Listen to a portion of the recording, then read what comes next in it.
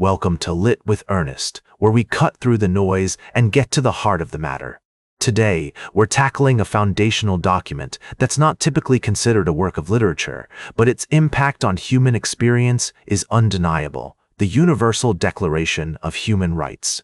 This declaration, adopted by the United Nations in 1948, is significant in the literary canon because it represents a milestone in the evolution of human rights discourse. It was born out of the ashes of World War II, when the world was forced to confront the atrocities committed against humanity. The Declaration's authors, including Eleanor Roosevelt, Rene Cassin, and Charles Malik, drew on various literary traditions, such as Enlightenment thinkers like John Locke and Jean-Jacques Rousseau, who emphasized the inherent dignity and worth of every human being. The Universal Declaration of Human Rights relates to several major literary traditions, including natural law theory, social contract theory, and humanism. It's influenced by key authors like George Orwell, who wrote about the dangers of totalitarianism in 1984, and Hannah Arendt, who explored the concept of human dignity in her work, The Origins of Totalitarianism. Critical reception of the Declaration has evolved over time, with some critics arguing that it's a Western-centric document that imposes universal values on diverse cultures, while others see it as a necessary framework for promoting human rights globally.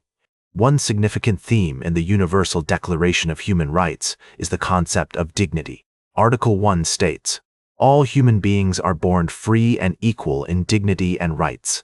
This idea is reflected in Article 3, which guarantees the right to life, liberty, and security of person.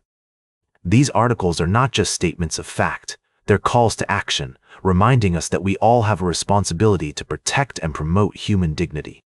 For example, in George Orwell's 1984, the protagonist Winston Smith's struggle against the totalitarian regime is ultimately a fight for his dignity and autonomy. Similarly, in Toni Morrison's Beloved, the character of Seth's quest for freedom and justice is rooted in her desire to reclaim her dignity as a human being. These literary works illustrate the enduring relevance of the Universal Declaration of Human Rights and its emphasis on human dignity. The Universal Declaration of Human Rights has had a profound impact on literature and culture. It's influenced movements like the Civil Rights Movement in the United States, which sought to realize the promise of equality and justice for all.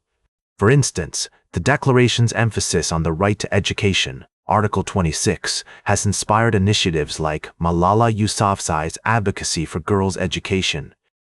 Similarly, the Declaration's recognition of the right to freedom of expression, Article 19, has informed the work of writers like Salman Rushdie and Ai Weiwei, who have risked their lives to speak truth to power. The Universal Declaration of Human Rights is not without controversy, however. Some critics argue that it's a product of Western cultural imperialism, imposing universal values on diverse cultures. Others see it as a necessary framework for promoting human rights globally, but acknowledge the challenges of implementing its principles in different cultural contexts.